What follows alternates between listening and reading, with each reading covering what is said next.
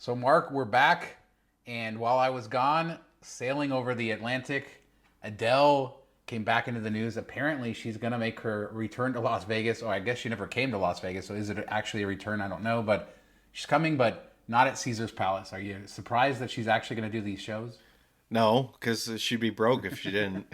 Yeah, and they You haven't know, announced it yet, actually. So, maybe she still does it. I don't know. well, who knows? I mean, this is all planned. Who knows? She could go all diva again and cancel last minute. But it was interesting to see it move to Planet Hollywood, supposedly. But that's a bigger theater. So maybe that was kind of the thing like, hey, we put all these costs into Caesars and now we're losing that. So we need to sell more tickets to recoup some of that money. I don't know if that was part of the deal, but it seems like hopefully it's back on track. She can't afford not to. Like that would be such a huge lawsuit, I think. Yeah, I think you're absolutely right. The Coliseum is like 4,100 seats. The Zappos Theater at Planet Hollywood was like 7,000 seats. So that's a lot more seats that they can sell. The economics probably work better. So I think maybe she's getting more money. It says she's going to have full creative control. This is sort of a rumor. TMZ covered it, although it seems like it's pretty final. The show will come back sometime later in the summer, go through the end of the year, and printing the money, no doubt. Because that first Hopefully she sells more tickets than Chris Angel does.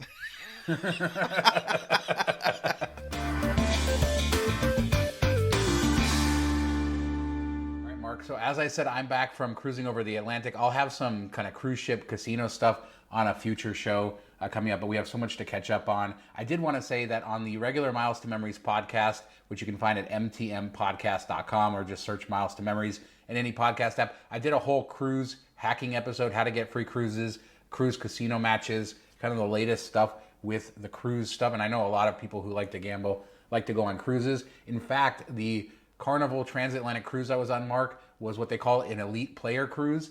Basically, all of Carnival's whales were on this ship. People were gambling insane amounts of money on the slot machines, like zombies, just tapping the thing, earning like, 30, 40,000 points, which is an insane amount. And it makes perfect sense because there was 9 sea days.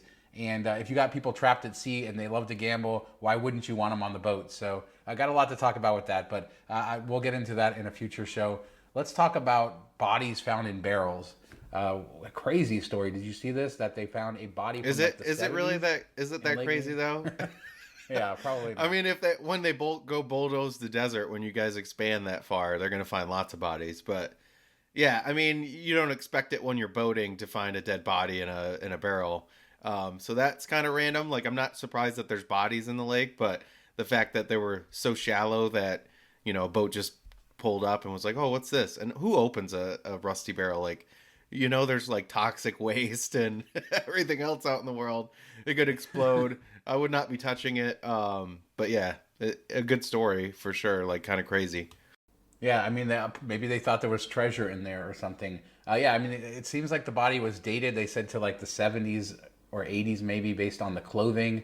I thought that Channel 8 did Joe a Pesci huge. did it. Joe Pesci Yeah, did it. it was definitely Joe Pesci.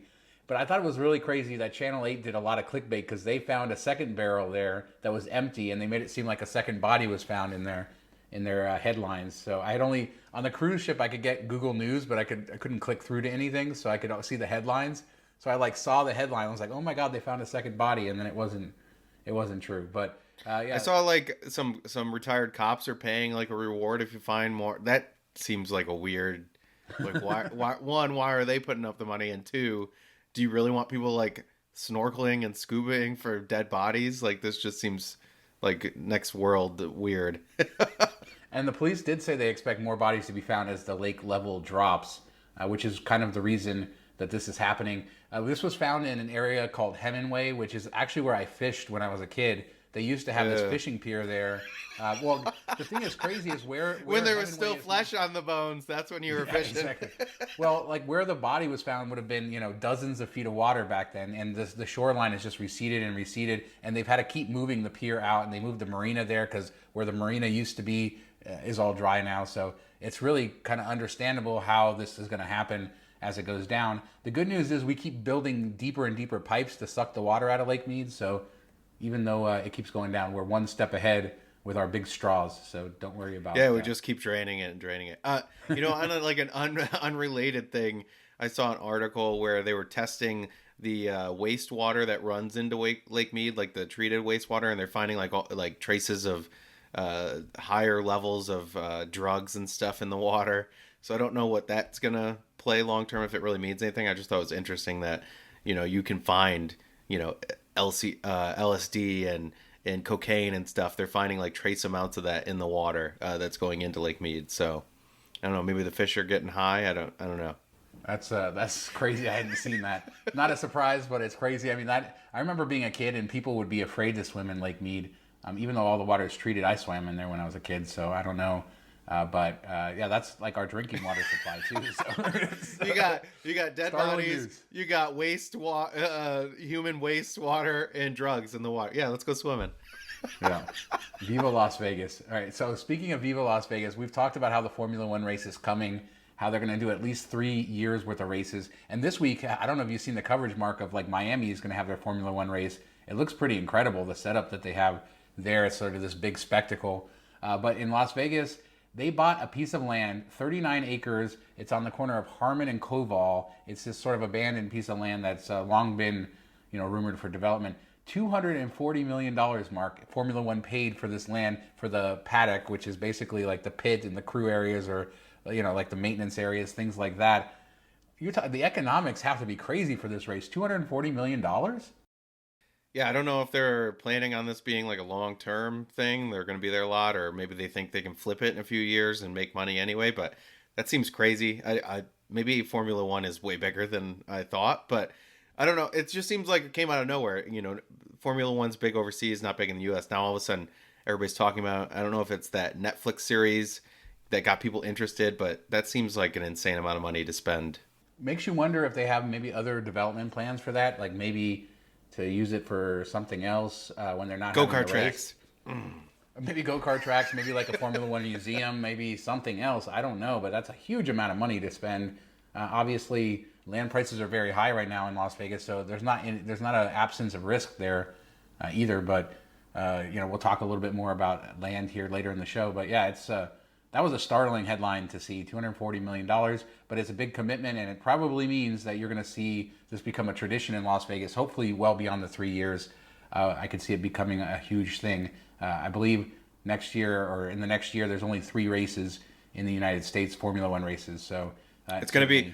I know what they're going to do. They're going to make a Mario Kart casino. Perfect. I mean, they got Super Mario World going into Universal Studios in Hollywood, so build the casino in Vegas, and you can do them both in a weekend. All right, so we should have mixed up this because you brought up the drugs issue, so we should have switched the stories around. But the next story is about Nevada cannabis lounges coming closer to being approved. They're putting forth the last provisions, and you're not going to be able to drink in these cannabis lounges. Not a big surprise there, but that's one of the big requirements. They're going to have huge training for bud tenders, I guess. Is that what we call them? I know they call them that at the dispensaries, but the Cannabis Compliance Board is going to be overseeing it. But basically, they're worried about people smoking marijuana, then drinking, and the kind of combined effects of that, which, to be fair, are so they're going to smoke weed and then go out to the bar right next door and... Well... Maybe they won't let it be within a certain distance, but I mean, you can't. I mean, I can see this. You can't really control people, but you don't want to be giving them the same thing in the same place. I guess. No, it's kind of like it's kind of like no table games at a strip club. I guess I don't know. Well, the all nude strip clubs in Vegas, you can't have alcohol, right? So that's a thing. Whereas if it's just topless, you can have alcohol. As in, I never got that one. That's a sort of a crazy rule. That small panty liner makes all the difference. Although I got married young, so my bachelor party was at a fully nude strip club because I was able to go because it was only 18. So I guess the law worked in my favor back then. But I won't say which strip club it was, but it was the one right off the freeway. The very famous was it Little Darlings? Yes. Darn you, Mark! How do you even know that? All right. Because I know that's a fully nude one. Yeah, I think that's the only fully new one I know. I think there's others, but it's like a chain too. I think it's across the country, so that's why I guessed it. Now the whole world knows way too much information about my where I had my bachelor's party when I was 18 years old.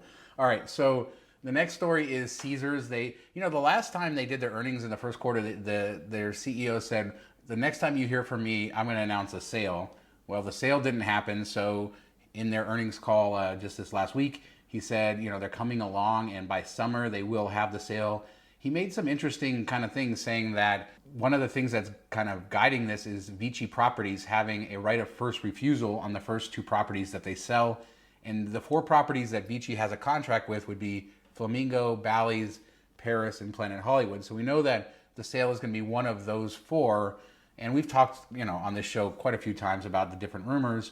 But then there was another article saying that they're shopping Flamingo for about $1 billion. I read another article that said it probably isn't the Flamingo. So I think Wall Street is all over the place with this, but they seem to have a buyer that they're marching towards making a sale. What's your guess at this point? I don't know. I'm so confused. I mean, Bally's doesn't seem like a legit option because they're renaming it and going through all that cost. And then Paris is pretty closely linked to Bally's, so that would be kind of weird to have 2, competing casinos kind of connected. So Flamingo, I don't know. That's kind of like, a throwback, and it's sandwiched between their properties. So Planet Hollywood still makes the most sense of where it sits in their length of casinos, as well as being, I would think, the most, desirable location, or not location, but like design and everything. It's, kind of the cooler, trendier one. So I don't know. I guess it all depends on which ones are the busiest and stuff. I wouldn't think somebody would really want the Flamingo because it's, it needs a lot of rehab. Yeah, one of the points I read through, I don't remember which article it was that Planet Hollywood is attractive because it has the Zappos Theater that we talked about with Adele coming there, and Caesars wants to keep that. And that makes a lot of sense because it's not just Adele. They've had most of their huge residencies at that theater, people like Christina Aguilera, things like that. So Shania Twain, I think. There's been so many over the years. But plus you have the mall attached, and you have the Westgate behind it, so you have a lot of things funneling into Planet Hollywood. So it seems like it'd be desirable, but I don't know. That's been the rumor forever, and it hasn't sold. So yeah, I mean, the other thing with Paris is that Paris and Bally's share a parking garage, so that would make it tough. Bally's being rebranded a Horseshoe, so that doesn't make any sense. Flamingo really is the one that makes the most sense, but then it's also on the Link Promenade. So again, just dump Harrah's. That's Mark's. Yes, opinion, please get rid of that garbage. All right. Now they did also say that hotel occupancy trends are heading in the right direction. Occupancy was like 75% in January, 81% in February, 91% in March. I want to give credit to Mark Meltzer. I saw him cover that from the earnings call. So April, they said, is looking even better. So it's very strong occupancy for the Strip and these companies in general. So that's good to see. And I mean, I'm on the edge of my seat waiting to see who they sell it to. But let's talk about VICI Properties because they closed. Now, this is like the craziness that's Las Vegas. The operations of casinos are now different than who owns the land of casinos. And a few years ago, both MGM Resorts and Caesars spun off kind of real estate investment trusts. VICI Properties was Caesars spinoff. MGM Growth Properties was MGM spinoff. And then VICI, the big monster, gobbled up MGM, and they closed on that sale. So now they own like so much of the Strip. In fact, they own so much of the Strip that they're going to be collecting over $1 billion a year in rent just off Las Vegas Strip properties. They also own the land under the Venetian, so many of the Caesars properties, so many of the MGM's properties. It's sort of insane.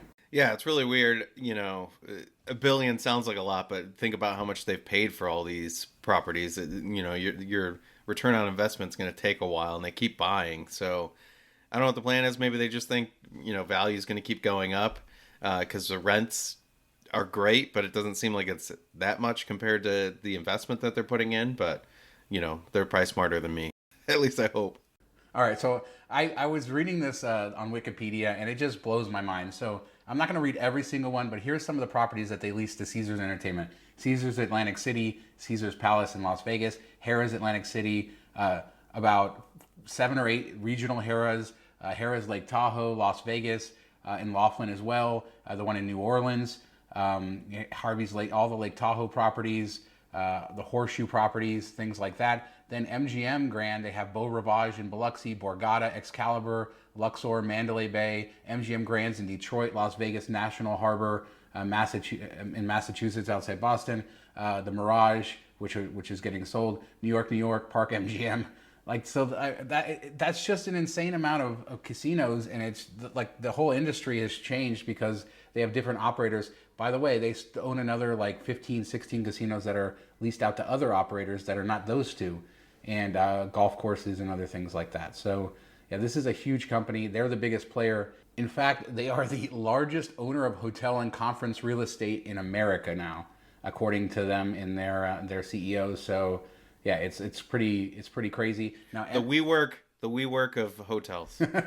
maybe, I mean, yeah, it's insane. Now MGM Resorts did make like over $4 billion from this deal, from the MGM Growth Properties getting bought, which they're going to use, to close on their sale of Cosmo, which is expected to happen imminently, like in the next month. Also, they are starting construction on their resort in Osaka, and then they also made did you see this? A offer like 600+ million for LeoVegas, which is this like online betting site from the Nordic region. So they're kind of expanding online gambling into Europe. Which is, the opposite of what we've seen with Caesars when they kind of split off the Europe section. So I don't know.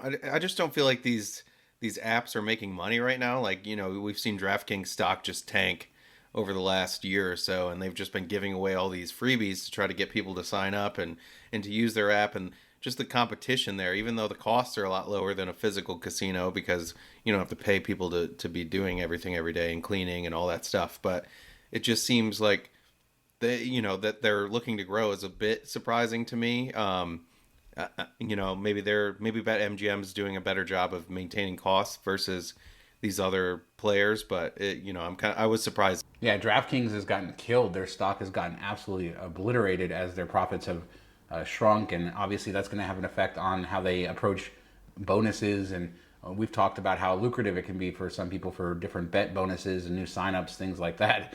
So hopefully that doesn't end soon, but it probably will. Yeah, but it seems like online betting is just like exploding, and I think that this just kind of shows you how the whole gaming industry has changed, because you have the operator side, you have the landowner side, moving into online, with sports betting just really taking off astronomically, and it's a global business now. Not just the United States. So there's a lot of players that want to dominate, and I think MGM is at the top of the list. They want to be a global superpower when it comes to gaming, and it seems like they're on their way. Doesn't it seem like they're sacrificing their future, though, selling the land out from underneath themselves to get more cash to buy more things and expand, but yet you're paying rent. You lost your most valuable asset, which is the land, and you're paying rent for like life now to operate these things. It just seems like a shoddy business. It reminds me, like I grew, in college, I worked for Kmart, and they signed a lease, where I was working, because it was $3,000 a month. They signed like a 30-year lease, which was super cheap. But as soon as that lease came up, it was $30K a month, $40K a month. They couldn't afford it anymore. Well, if you would have invested all that money in buying your own building, you wouldn't have had to close the store once the lease came up. I feel like this is where that could be going, at one point.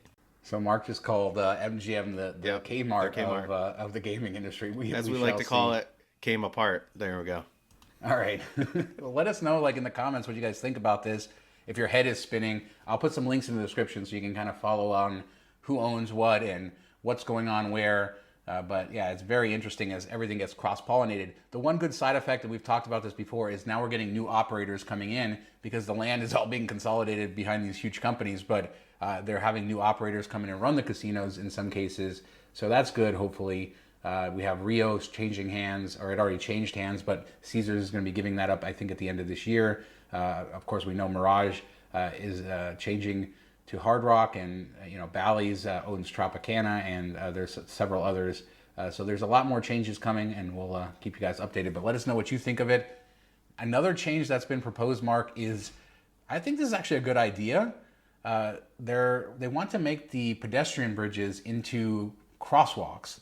In other words, like if you're in a crosswalk, right, you can't just stop in the middle of the crosswalk and loiter because cars are going to hit you, so you get a ticket or whatever. So they want to make the bridges like that because there's so much crime up there, and the police aren't up there to be able to like see it. So basically, they just want to make it so people have to keep walking and not stop. That'll probably stop, the panhandlers and the music. But if there's no police up there now, how are they going to be up there then? Like it's just it's fake, I guess. Like, yeah, you Yeah. can say it, but unless you're enforcing it, it doesn't matter. And are you going to have cops walking a beat of all these crosswalks to give people loitering tickets? Like, I don't think it's going to happen. They need to hire like a hall monitor Yeah, person. so like I don't know. It just maybe just go in there and just have somebody walk through and make sure that they're not sitting there panhandling and those people aren't trying to get people to take pictures with them. Like run that out. I Yeah. don't think the tourists are like hanging out all that much and just standing there. Yeah. No, I think maybe this is a mechanism for them to be able to enforce those sorts of things with some of the homeless people, and not only that, because I think the homeless people in large part are fine there, and I don't think that they're doing anything, but there are, some elements of crime. There are pickpockets there, things like that. So kind of just to keep those types of people from staying on the bridge and kind of doing it, because tourists are probably walking as it is anyway, and I doubt they care if you stop for a second and take a picture.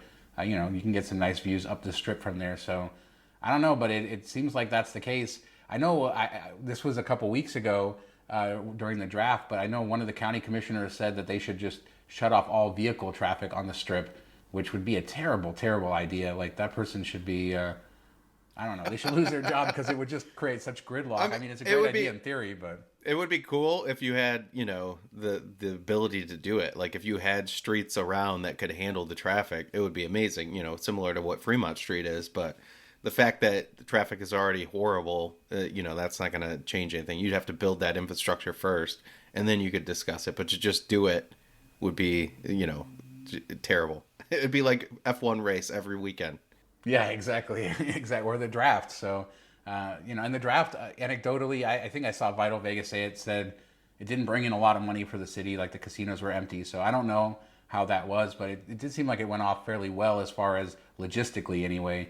Time will tell if it was a success. Yeah, that's kind of like, we have a thing around here called the Woodward Dream Cruise where all these old cars come in from all over the country and they ride up and down. There's, 100,000 people come to sit and watch the cars go by, but none of them spend any money.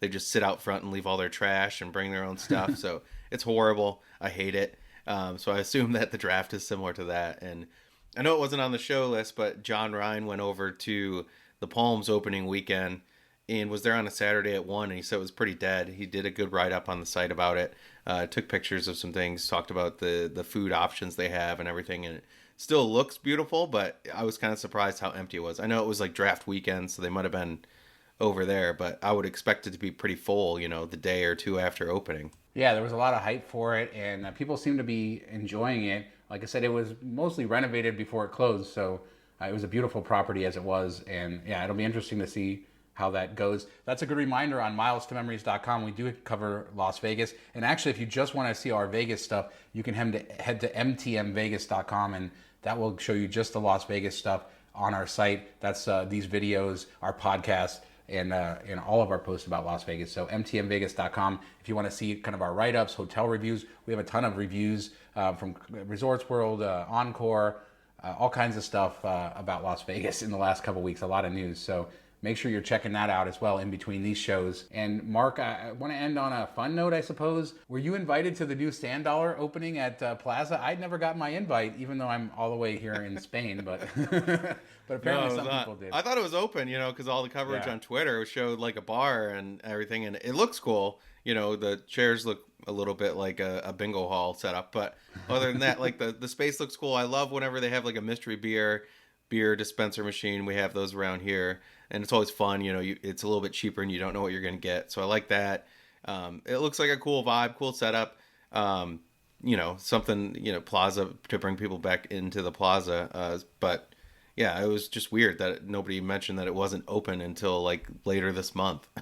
Yeah. So yeah, May 26th, it's going to open. Sand Dollar is sort of a famous bar here. I have never been. I think I saw it on an episode of Bar Rescue, though, way back in the day. John Taffer rescued it, but it was off of Spring Mountain. I think it's still open. But this is going to be the downtown version of that. I feel like I should know more about it, but I don't. But yeah, some influencers got the preview there. There was like a party with a band. It looked pretty cool. So I'll throw up some video from those people and wishing them well. That space at the Plaza where this is, if you're kind of walking, towards south, kind of towards where the old bus station was on the inside, they really struggled to find a good use for this space. I know it was a comedy club for a little bit. Some other uses over the years. This looks like the best use in a long time. So wishing them well with that. It's not the easiest hotel to navigate or a casino Yeah. to navigate either. It's kind of it's weird. So it might take you a bit. Like it took me a while to find. It was almost like secret pizza when we were. Yeah. Well, yeah, well, and that entrance is closed where the pizza place. It's not. It's Yeah. right near where the pizza place is. So that's where Sam Dollar will be, kind of just across from there. If you like the old school smell of a casino, you'll love Plaza. There you go. There you go. Well, let us know what you guys think about anything we talked about. Adele coming to Vegas, the crazy ownership situation in the city. $240 million for a Formula One pad of land just to put some cars in the garage or something like that. No, I'm just kidding. I'm going to trigger all the Formula One fans out there. I think it's incredible. But let us know what you guys think. Give us a thumbs up. Subscribe to the channel. We'll talk to you guys in the comments. Thanks so much for watching. Bye. See you next time.